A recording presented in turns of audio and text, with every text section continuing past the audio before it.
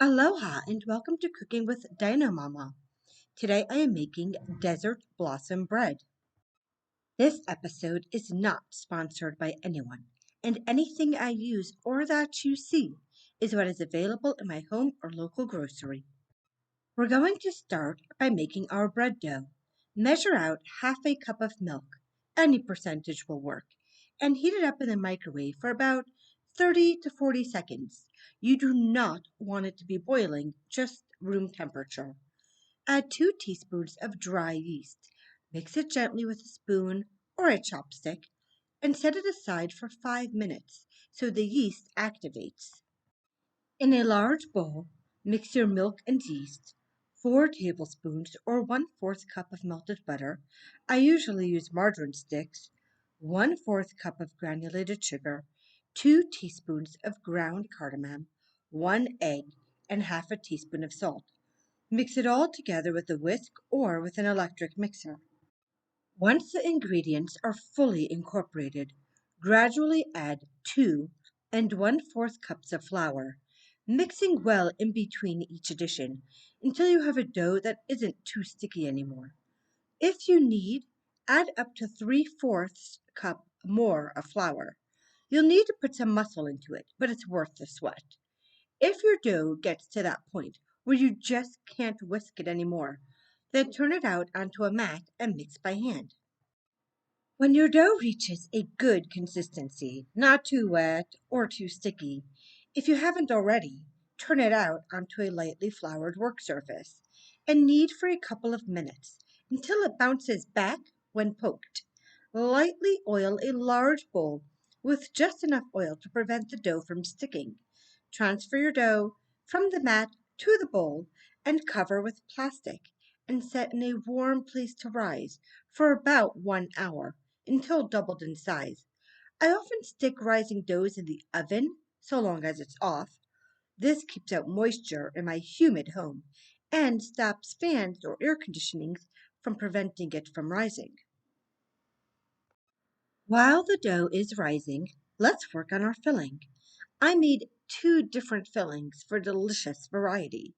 In a small bowl, combine the jam of your choice.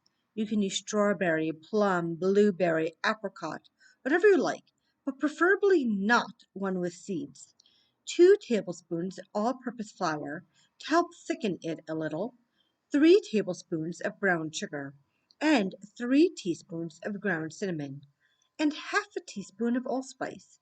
Gently mix it all together, just so all the sugar, flour, and spices are mixed, and set aside.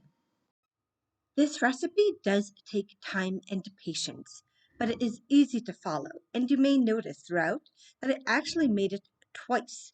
That way I could both perfect it and try different flavors, but it's well worth it. Next, line a baking pan with parchment paper or a silicone mat and set aside. Once your dough is doubled in size, it's time to work on the blossoms. Flour a baking mat or pizza stone and divide your dough in half, weighing for accuracy if you have a scale. If you don't, eyeball it. Place the first half onto your floured surface. Sprinkle some flour on top and roll into a round disc about 12 inches across. I thought using a pizza stone would help with rolling, but it really didn't do me any favors. It did mean that my mat was free for the second half, though. I do find that flipping as I go does help with rolling, as does my mini Ninja Turtle roller.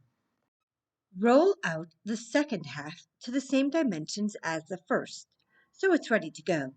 Spread all the filling over one disc, up to about a half inch from the edge. Lay the second disc on top of the first piece.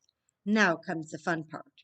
Place a small glass or ramekin in the very center of the dough as a visual aid, but this will also help to prevent your cuts from getting too close to each other. Take a sharp knife and cut 4 lines radiating out from the center. Cut each section in half 2 more times so you have 20 or so 1-inch strips spreading out from the center. Remove the ramekin and working one strip at a time, gently pull the dough to elongate it slightly, but not so hard it breaks off. Then twist the strand lengthwise as much as you can. Coil each twisted strand into a knot shape around the center of the loaf, tucking the ends underneath as you go. These are your blossoms. I did find my jam was spilling out, and my sticky fingers made it difficult to work, so just keep washing your hands as necessary. And in the end, it should look like a bouquet of flowers. Oviraptorids were not ancestors of birds, but they were closer to early birds than, say, Apatosaurus or Triceratops. So, paleontologists applied the signature comparison technique to other dinosaur eggs and found that not all of them had brightly colored or patterned eggs. Brachiosaurus did not lay bright green eggs, sad as that may be.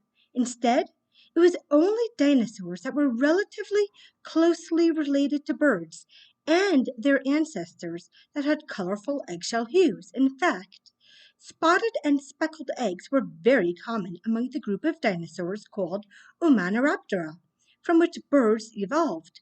Velociraptor likely laid speckled eggs, much like those laid by house sparrows. And as for the various horned, armored, duck-billed, and other dinosaurs, so far as paleontologists presently know, their eggs were probably white, like most chickens.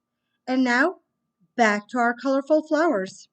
Press a fingertip into the center of each knot to make a small indent for the icing. Let the loaf rise uncovered for another 30 minutes until it's nice and puffy and soft.